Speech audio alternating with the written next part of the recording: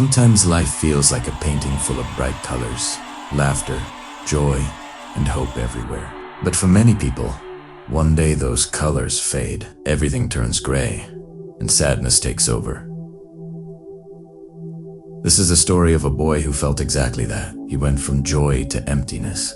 But with the right guidance, he discovered how to bring the colors back. The boy's name was Michael. When Michael was in school, life felt perfect. Every morning, he went to class and met his best friends. They joked, shared food, studied together, and filled the campus with noise and cheer. After school, they played football in the park until the sun went down. At home, his parents cared for him deeply. They asked about his day, shared dinner, and made him feel warm and supported. Michael's life felt full. Health, friends, and family. He thought to himself, "I am the luckiest boy. My days are colorful and bright." But time moved quickly. School ended. Friends went to different cities for jobs or studies. The daily laughter disappeared. One by one, the football evenings stopped. Michael also moved to a new city for college. In the beginning, he told himself, "This is exciting, a new adventure." But slowly, the excitement faded. His classmates were busy with their own lives. Nobody knew him. Nobody invited him anywhere. He spent long evenings in his hostile room, scrolling endlessly through his phone, watching old pictures of his school life. The more he looked at the smiling faces from the past, the more painful the present felt. Weeks turned into months. Michael's energy dropped. He stopped exercising, stopped eating properly. His grades fell. He no longer laughed, no longer smiled. One evening, looking at himself in the mirror, he whispered, "Where are my colors? Why was life so beautiful before, and now it is just gray?" Tears rolled down his face. He felt he was sinking into a deep hole of depression. He missed his old life, but he didn't know how to go forward. One weekend, Michael forced himself to walk to a public library just to leave his room. There, at a cornered table, sat an old man. His name was Mr. Parker, a retired professor. He noticed Michael's sadness and asked kindly, "Young man, why do you look so heavy in your heart?" At first, Michael hesitated, but then his feelings poured out. "Sir, my life was once so joyful. I had friends, health, family. Now, everything feels gone. I am alone, empty, and depressed. I don't know how to bring happiness back." Mr. Parker listened patiently, then smiled gently and said, "Michael, let me tell you something you may not realize. Your life felt colorful in school not just by chance. It felt full because your days were already planned for you. Your parents made sure you went to school. Your teachers gave you classes. Your friends were part of the same routine. Games and meals were scheduled. That structure gave you joy and balance. Now you are in the city.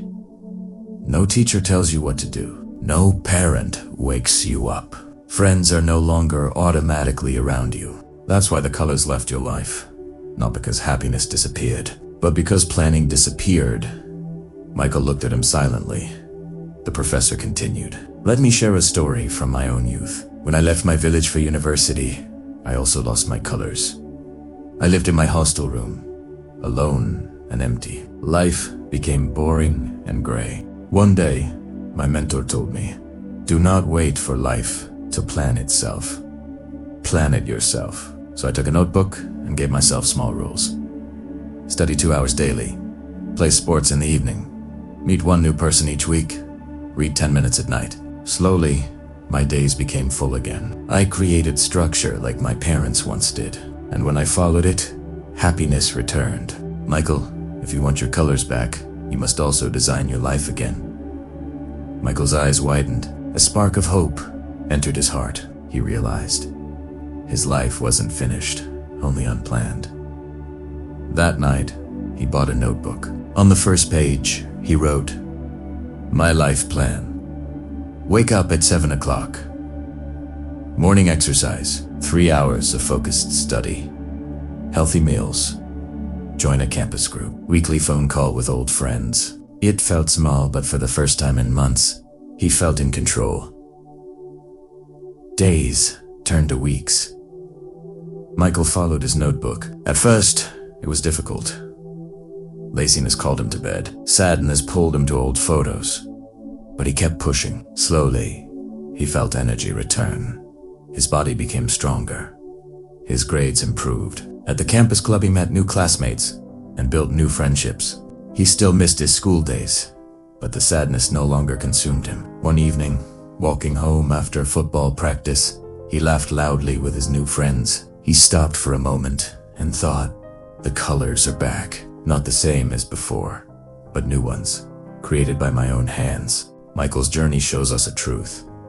Life feels empty not because happiness disappears, but because structure disappears. In school, others give you structure. As an adult, you must give structure to yourself. Without discipline, small routines, and planned moments, life turns gray. But with then, life shines again. Michael's story teaches 3 steps. 1. Make a routine. Write down simple daily actions. Wake times, study hours, exercise, and rest. To create social circles, join clubs, talk to classmates, stay connected with old friends. Don't isolate yourself. 3. Stick to the plan. Joy does not return in one day, but small actions, repeated daily, bring big change. Michael thought his happy life was gone forever, but he learned the truth.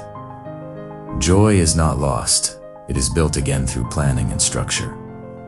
Remember, these life's colors don't vanish. They only fade when you stop painting daily with good actions.